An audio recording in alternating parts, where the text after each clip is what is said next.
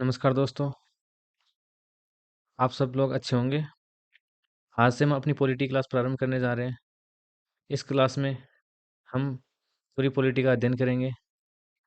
आज हमारा पहला टॉपिक होगा भारत का संवैधानिक इतिहास। संवैधानिक इतिहास में हम कंपनी का शासन 1773 से 1858 पहले पार्ट में देखेंगे और अगला पार्ट दूसरे वीडियो में देखेंगे। Regulating act 1973। ब्रिटिश कंपनी सरकार ने कंपनी का क्रियान्वयन को नियंत्रण करने के लिए 1773 के रेगुलेटिंग एक्ट के माध्यम से निम्नलिखित प्रावधान किए। ये रेगुलेट कब आया था? 1773 में। ठीक है। इस एक्ट के अंदर निम्न प्रावधान किए गए थे ब्रिटिश कंपनी के द्वारा। ब्रिटिश कंपनी ने कलकत्ता प्रेसिडेंसी के अंतर्गत गवर्नर जनरल की सत्ता स्थानांतरित की गई तथा बंगाल के गवर्नर को बंगाल का गवर्नर जनरल पद नाम दिया गया और इसकी सहायता के लिए क्या किया गया? 4 सदस्यीय परिषद का गठन किया गया था। क्या किया गया? 4 सदस्यीय परिषद का गठन किया गया। अगला पॉइंट, बम्बई और मद्रास प्रेसिडेंसी को कलकत्ता के अधीन कर दिया गया। बम्बई और मद्रास थी, उसको कलकत्ता प्रेसिडेंसी के अधीन कर दिया गया। सन 1974 में कलकत्ता में एक सुप्रीम कोर्ट की स्थापना की गई। इस कोर्ट का क्षेत्राधिकार उड़ीसा, बंगाल, बिहार तक विस्तृत था। सुप्रीम कोर्ट में एक मुख्य न्यायाधीश और 3 अन्य न्यायाधीश होते थे। क्या होते थे? एक मुख्य न्यायाधीश और 3 अन्य न्यायाधीश। अगला पॉइंट, कंपनी के कर्मचारियों को निजी व्यापार करने तथा भारतीय से उपहार लेने पर प्रतिबंध लगा दिया गया। जो कंपनी के कर्मचारी थे उन्हें निजी व्यापार करने और भारतीयों से उपहार लेने पर इस अधिनियम के अंतर्गत क्या कर दिया गया? प्रतिबंध लगा दिया गया। ठीक है। गवर्नर जनरल की परिषद की कोई भी नियम, जो गवर्नर जनरल की जो परिषद थी उसका कोई भी नियम विधि या ब्रिटिश विधियों के विरुद्ध नहीं हो।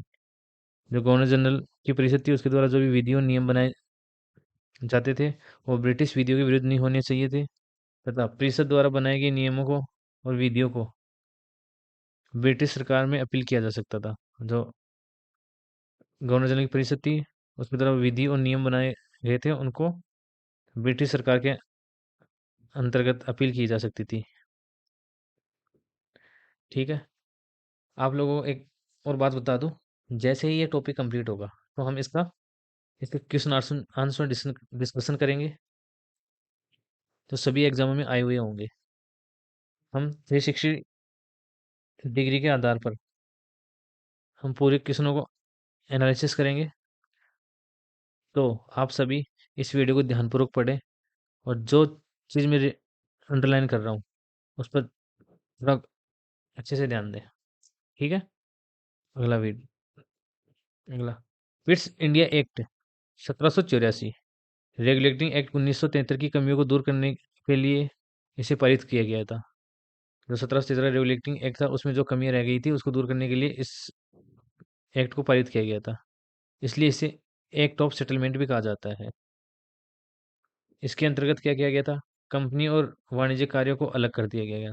तो कंपनी के राजनीतिक और वाणिज्यिक कार्य थे उनको अलग कर दिया गया था। ठीक है। इसमें 6 सदस्यीय बोर्ड ऑफ कंट्रोल नाम के निकाय का गठन किया गया। इसमें बोर्ड ऑफ कंट्रोल, जो है बोर्ड ऑफ कंट्रोल है, इसका गठन किया गया। इसका बार बार उल्लेख होगा तो आप ध्यान रखना इस चीज़ का। ठीक है। इसमें कितने सदस्य थे? 6 सदस्य। और कौन से एक्ट के अंतर्गत? 1784। क्या? 1784 के अंतर्गत इसको गठित किया गया था। यह सैन्य और राजस्व आदि मामलों, इसके अंतर्गत क्या थे? सैन्य और राजस्व आदि मामले इसके अधीन कर दिए गए। ठीक है। गवर्नर जनरल की परिषद के सदस्यों की संख्या 4 से घटाकर 3 कर दी गई। जो 1773 में 4 थे ना उनको घटाकर 3 कर दी गई और इसमें एक नए सदस्य को शामिल किया गया जो कौन था? ब्रिटिश सेना का मुख्य सेनापति। ठीक है। तो ब्रिटिश कंपनी थी उसका मुख्य सेनापति। भारत में कार्यरत अंग्रेजी अधिकारियों के ऊपर मुकदमा चलाने के लिए ब्रिटेन में एक न्यायालय की स्थापना की गई। इस अधिनियम के तहत ब्रिटेन में एक न्यायालय की स्थापना की गई जिसमें अधिकारी थे उनके खिलाफ वहाँ मुकदमा चलाया जा सकता था, अगर कोई दुर्व्यवहार या कुछ भी गलत कार्य करते थे उसके। भारत में अधिकृत क्षेत्रों में पहली बार ब्रिटिश अधिकृत भारतीय क्षेत्र कहा गया। जो कंपनी के अधिकृत क्षेत्र थे उन्हें पहली बार क्या कहा गया? ब्रिटिश अधिकृत भारतीय क्षेत्र। क्या कहा गया? ब्रिटिश अधिकृत भारतीय क्षेत्र। Charter act 1793। इस एक्ट के तहत क्या क्या प्रावधान किए गए? भारत के साथ व्यापार के एकाधिकार को अगले 20 वर्षों के लिए बढ़ा दिया गया। क्या कर दिया गया? अगले 20 वर्षों के लिए बढ़ा दिया गया। पहले 1773 में, ठीक है। दूसरा कब? 1793 में। तीसरा बार कब बढ़ाया जाएगा? 1813 में। चौथी बार कब? 1833 में, सॉरी। और अगला उसमें बढ़ाया नहीं जाएगा, वो अभी देखेंगे 1853 में, ठीक है। तो अभी देखते हैं। 1893 के तहत अगले 20 वर्ष के लिए एकाधिकार को अगले 20 वर्षों के लिए बढ़ा दिया गया, ठीक है। बोर्ड ऑफ कंट्रोल के सदस्यों का वेतन भारतीय कोष पर भारित किया गया। तो बोर्ड ऑफ कंट्रोल मैंने पहले पिछले एक्ट में बताया था ना, कौन सा? 1784 के तहत बोर्ड ऑफ कंट्रोल का गठन किया गया था। उसके जो सदस्य थे उनका वेतन भारतीय कोष पर भारित किया गया है, ठीक है। जिला कलेक्टर को न्यायिक कार्यों के से अलग कर दिया गया। जो जिला कलेक्टर था उसके उससे न्यायिक कार्यों को अलग कर दिया गया। 1793 में, ध्यान रखना, यहाँ से क्वेश्चन बनता है हर बार किसी न किसी एग्जाम में। गवर्नर जनरल की परिषद में मुख्य सेनापति के सदस्य होने की अनिवार्यता को समाप्त कर दिया गया। जो गवर्नर जनरल 1784 में किया गया था ना अनिवार्य, उसको अनिवार्यता को समाप्त कर दिया गया इस एक्ट के तहत, ठीक है। अगला, चार्टर एक्ट 1813। इसके अंतर्गत क्या क्या प्रावधान किए गए? कंपनी के व्यापारिक अधिकार को अगले 20 वर्षों के लिए बढ़ा दिया गया। अभी मैंने बताया था आपको, अगले 20 वर्षों के लिए बढ़ा दिया इसके अंतर्गत। हालांकि व्यापार के एकाधिकार को समाप्त कर दिया गया तथा सभी ब्रिटिश व्यापारियों के लिए भारतीय के व्यापार के रास्ते खोल दिए गए। इसके तहत क्या किया गया? चाय और चीनी, सॉरी, चीन के साथ, इन दो को छोड़ के जो ब्रिटिश व्यापारी थे उन सभी को भारत भारत के व्यापार के रास्ते सभी खोल दिए, ठीक है। केवल चाय और चीनी को छोड़कर, चीन चीन के साथ व्यापार को छोड़कर, ठीक है। इसमें अभी भी ब्रिटिश कंपनी का एक अधिकार बना हुआ था, ठीक है। तो देखना यार, कंपनी का चीन के साथ व्यापारिक एकाधिकार बरकरार रहा। और चाय के जो भारत में चाय उगती थी वो भी ब्रिटिश कंपनी के अधीन था, और चीन के साथ व्यापार होता था वो केवल ब्रिटिश कंपनी करती थी, अन्य कंपनियां नहीं कर सकती थी ब्रिटेन की, ठीक है। ईसाई मशीनरियों को भारत में धर्म प्रचार की अनुमति प्रदान की गई। यहाँ से यहाँ से भी क्वेश्चन बनता है, ठीक है। तो ध्यान रखना कौन से एक्ट के तहत ईसाई मशीनरियों को भारत में धर्म प्रचार के लिए अनुमति प्रदान की गई थी? 1813 के तहत, ठीक है। ब्रिटिश व्यापारियों तथा नागरिकों को भारत आने जो ब्रिटिश व्यापारी और नागरिक थे उन्हें भारत आने की अनुमति प्रदान कर दी गई, लेकिन इसके लिए उन्हें बोर्ड ऑफ कंट्रोल की अनुमति लेना आवश्यक था, ठीक है। और उन्हें बसने का अधिकार भी दे दिया गया था। शिक्षा के लिए 1 लाख रुपए की व्यवस्था की गई, व्यय करने की व्यवस्था की गई। कौन से आर्टिकल के तहत, सॉरी, एक्ट के तहत भारत में एक शिक्षा के क्षेत्र में 1 लाख रुपए खर्च करने की अनुमति प्रदान कर दी गई? तो कौन सा था वो एक्ट?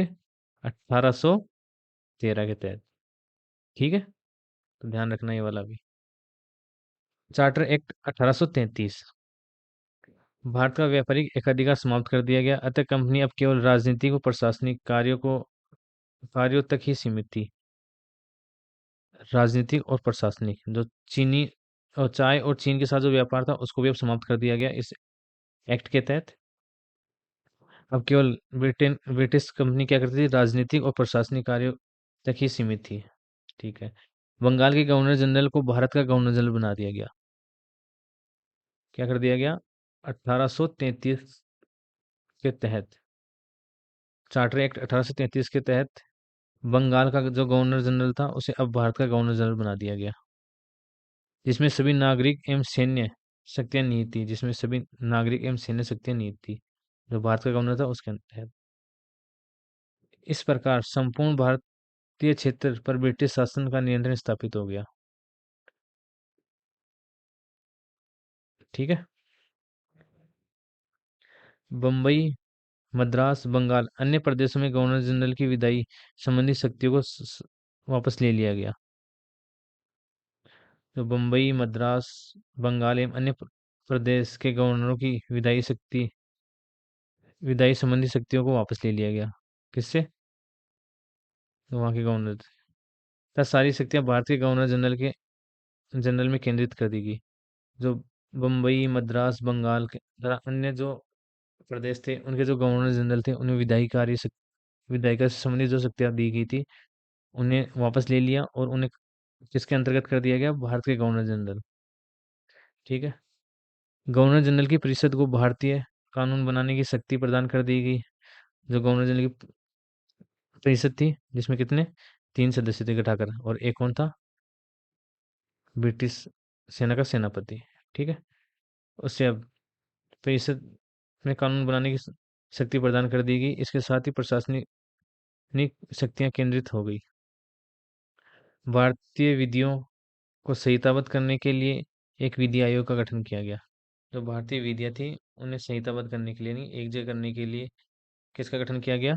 विधि आयोग का। तो यहाँ से भी एक क्वेश्चन बनता है कि विधि आयोग का गठन कौन से एक्ट के तहत कर दिया गया? 1833 के तहत इसकी इस विधि आयोग की स्थापना की गई। ठीक है। तो ध्यान रखना, जब हम क्वेश्चन आंसर डिस्कशन करेंगे तो वहाँ पे ऐसे ऐसे क्वेश्चन आएंगे। सरकारी सेवाओं में जाति, नस्ल, धर्म के आधार पर भेदभाव को प्रतिबंधित करके भारतीयों के लिए चयन के रास्ते खोल दिए गए। जो सरकारी सेवाएं थी उन सभी में जाति, नस्ल, धर्म के आधार पर भेदभाव को प्रतिबंधित करके भारतीयों के लिए एक चयन रास्ते खोल दिए गए। सिविल सेवकों के चयन हेतु खुली प्रतियोगी परीक्षा का प्रावधान किया गया।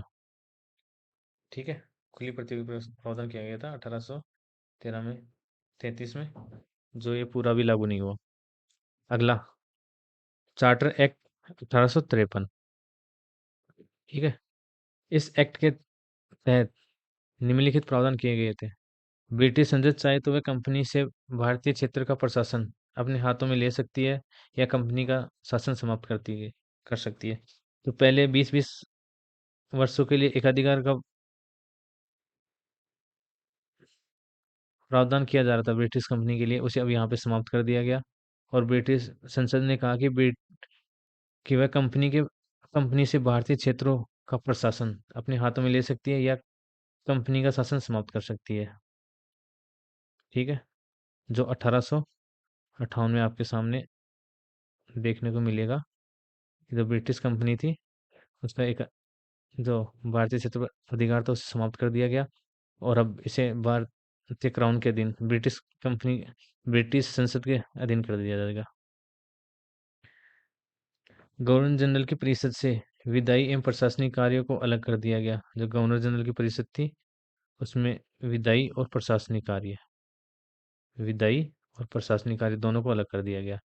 गवर्नर जनरल के लिए नई विधान परिषद का गठन किया गया। जो गवर्नर जनरल था उसके लिए एक नई परिषद का गठन किया गया, केंद्रीय विधान परिषद का। इस परिषद में 6 और पार्षद शामिल किए गए तथा पहली बार केंद्रीय विधान परिषद में स्थानीय प्रतिनिधित्व दिया गया। तो यहाँ से भी क्वेश्चन बनेगा कि पहली बार स्थानीय प्रतिनिधित्व कौन से अधिनियम के तहत दिया गया था? 1853 के तहत। ठीक है। 6 नए सदस्यों में से 4 सदस्य बंगाल, मद्रास, बम्बई, आगरा की सरकार से चुना जाना था। इस परिषद की प्रक्रिया ब्रिटिश संसद के समान थी। ठीक है। जो इनके चुनने की जो प्रक्रिया थी वो ब्रिटिश संसद के समान थी। और ये 6 सदस्य में से 4 सदस्यों को कहाँ से चुना जाएगा? बंगाल, मद्रास, बम्बई, आगरा। तो यहाँ से भी क्वेश्चन बनता है। ठीक है। गवर्नर जनरल की परिषद में एक विधि विशेषज्ञ को सदस्यता दी गई। जो गवर्नर जनरल की परिषद थी उसमें एक विधि विशेषज्ञ को सदस्यता दी गई। ठीक है। सिविल सेवा में चयन के लिए प्रतियोगी परीक्षा के सिद्धांत को स्वीकार कर लिया गया। तो सिविल सेवा के चयन के लिए प्रतियोगी परीक्षा के सिद्धांत को स्वीकार कर लिया गया। कौन से आर्टिकल के तहत? 1853। ठीक है। गवर्नर जनरल के लिए नई विधान परिषद का गठन, ये तो हमने देख ही लिया अभी, ये भी देख लिया। गवर्नर जनरल के लिए नई विधान परिषद का, तो सॉरी ये दो बार, ये पॉइंट दो बार आ गया। ठीक है। तो आज हम यहाँ तक देखेंगे। अगले वीडियो में हम 1858 से लेके 1947 तक अगले में देखेंगे। सदन इतिहास के बारे में अगली वीडियो में पढ़ेंगे। तो आज सभी से निवेदन है कि आप इस चैनल को सब्सक्राइब कर लें और बेल आइकन को दबा लें, जिससे हर वीडियो के बारे में आपको जल्दी से जल्दी पता चल सके। और दोस्तों, हम जल्दी ही, जैसे एक टॉपिक कंप्लीट हो जाएगा, तो इसके बाद हम क्वेश्चन आंसर लेके आएंगे, जिससे आपका कॉन्फिडेंस और बढ़ेगा। और इस वीडियो को आप एक बार न देखें, दो बार देखें। अगर आपके समझ में नहीं आ रहा है तो दो बार देखें। अगर आप इस वीडियो को पूरा देखते हैं और आपके समझ में आता है, तो आपका संवैधानिक इतिहास से एक भी क्वेश्चन नहीं छूटेगा। इस बात की मैं आपको गारंटी देता हूँ। Thank you so much. धन्यवाद।